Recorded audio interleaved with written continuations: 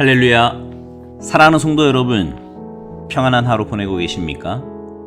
오늘은 잠언 28장 말씀으로 함께 은혜를 나누고자 합니다. 제가 봉독하겠습니다. 악인은 쫓아오는 자가 없어도 도망하나 의인은 사자같이 담대하니라. 나라는 죄가 있으면 주관자가 많아져도 명철과 지식 있는 사람으로 말미암아 장구하게 되느니라.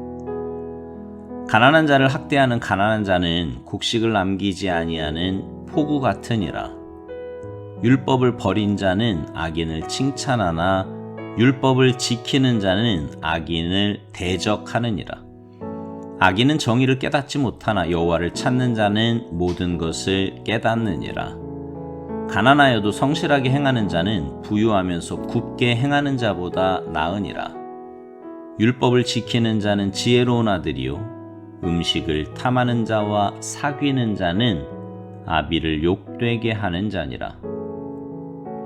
중한 별리로 자기 재산을 늘리는 것은 가난한 사람을 불쌍히 여기는 자를 위해 그 재산을 저축하는 것이니라.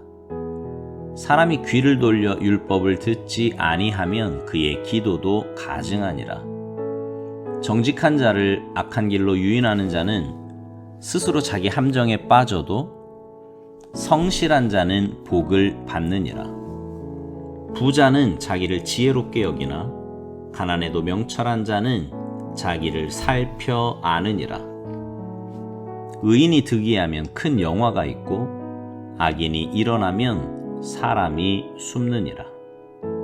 자기의 죄를 숨기는 자는 형통하지 못하나 죄를 자복하고 버리는 자는 불쌍히 여김을 받으리라. 항상 경외하는 자는 복되거니와 마음을 완악하게 하는 자는 재앙에 빠지리라. 가난한 백성을 압제하는 악한 관원은 부르짖는 사자와 줄인 곰 같으니라. 무지한 치리자는 포악을 크게 행하거니와 탐욕을 미워하는 자는 장수하리라. 사람의 피를 흘린 자는 함정으로 달려갈 것이니 그를 막지 말지니라. 성실하게 행하는 자는 구원을 받을 것이나 굽은 길로 행하는 자는 곧 넘어지리라. 자기의 토지를 경작하는 자는 먹을 것이 많으려니와 방탕을 따르는 자는 궁핍함이 많으리라. 충성된 자는 복이 많아도 속히 부하고자 하는 자는 형벌을 면하지 못하리라. 사람의 낯을 보아주는 것이 좋지 못하고 한 조각 떡으로 말미암아 사람이 범법하는 것도 그러하니라. 악한 눈이 있는 자는 재물을 얻기에만 급하고 빈궁이 자기에게로 임할 줄은 알지 못하느니라. 사람을 경책하는 자는 혀로 아첨하는 자보다 나중에 더욱 사랑을 받느니라.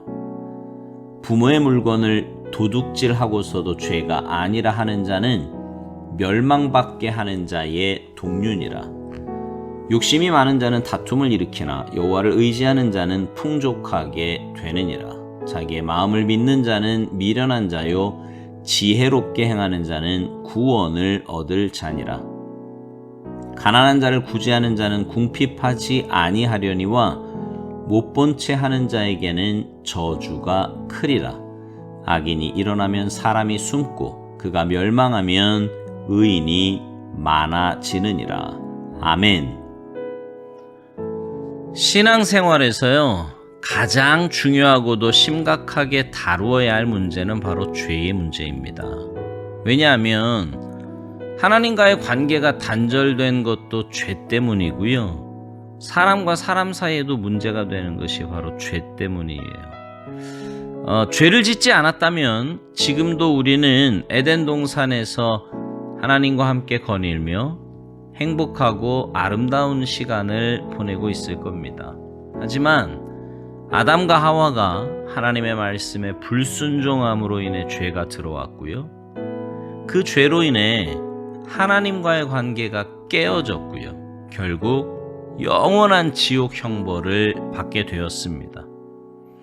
그래서 죄의 문제는 신앙인들에게 있어서 결코 가볍게 넘어갈 수 없는 그런 문제인 겁니다. 오늘 본문 13절에 보면 이런 말씀이 있어요. 자기의 죄를 숨기는 자는 형통하지 못하나 죄를 자복하고 버리는 자는 불쌍히 여김을 받으리라. 여기 보면 죄를 대하는 상반된 태도가 나옵니다. 먼저는 죄를 숨기는 자예요. 사실 이것은요, 죄인된 우리의 본성입니다. 자신이 죄를 지으면 그 죄를 감추고 싶어 하지요. 내가 그 죄를 안 지었다는 거예요. 그러나 여러분, 숨길 수 있는 죄는 없습니다. 세상에서도 완전 범죄는 없다고 하지 않습니까? 우리가 지은 죄는 결국 다 드러나게 되어 있다 이 말이에요. 설령 사람들에게 들통나지 않는다 하더라도 하나님 앞에서 감출 수 있는 죄는 아무것도 없습니다. 사실 죄는요, 가장 먼저 하나님 앞에서 짓는 거예요. 사람에게 하는 잘못이든 혼자 하는 잘못이든 어떤 잘못이든 간에 죄는 하나님 앞에서 짓는 겁니다. 생각해 보세요. 하나님의 살아계심을 믿고 하나님이 우리 인생의 주인이시며 모든 것을 통치하시는 분이다라는 것을 믿는다면 죄를 결코 가볍게 생각할 수 없지요. 일부러 쉽게 죄를 지을 수 없단 말입니다. 근데 연약한 우리는 결국 죄를 범하며 살아갑니다. 그럴 때 가장 먼저 해야 할 일은 뭐예요? 하나님 앞에 나아가 죄를 자복하는 거예요.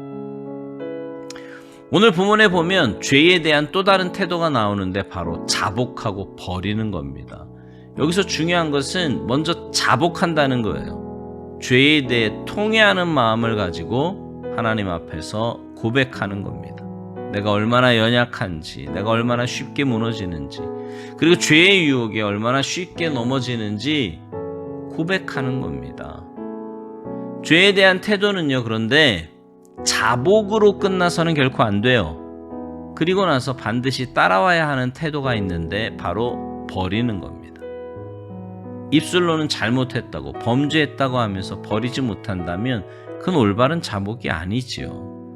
올바른 자복이 아닌 정도가 아니라 어쩌면 하나님을 기만하는 것인지도 모릅니다.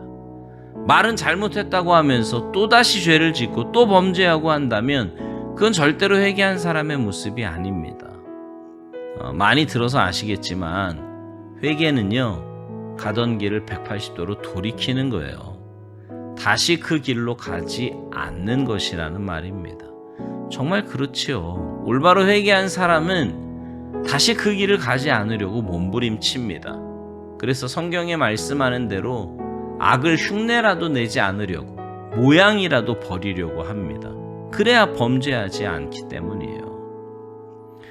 그리스도인이라고 해서 죄를 안 짓는 건 아니지요. 어쩌면 늘 죄 가운데 산다고 해도 과언이 아닙니다. 연약한 육신을 가지고 있으니 당연한 일인지도 모르겠어요. 그러나 여러분, 죄를 짓는 것이 문제가 아니라 회개하지 않는 게 문제예요. 참된 회개, 하나님이 인정하실 그런 회개를 하지 않는 것이 문제라고요. 죄를 자복하지도 버리지도 않습니다. 아니, 죄인지도 몰라서 회개하지도 않아요. 때로 그 죄를 숨기려고까지 합니다. 여러분, 그런 사람의 삶에 하나님의 형통은 없어요. 하나님의 역사하심은 없다 말입니다. 왜냐하면 죄가 있는 곳에 하나님은 함께 하실 수 없기 때문이지요. 사랑하는 성도 여러분, 여러분은 죄에 대해 어떤 태도를 갖고 살아가십니까?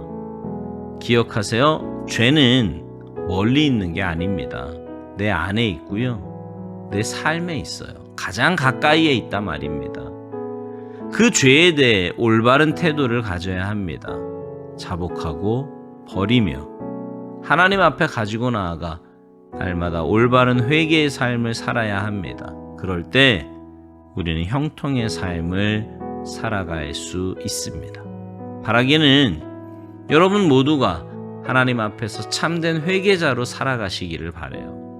그래서 하나님이 인정하시는 의인으로 하나님의 역사하심과 형통케 하심을 맛보고 누리며 살아가시기를 주님의 이름으로 축복합니다.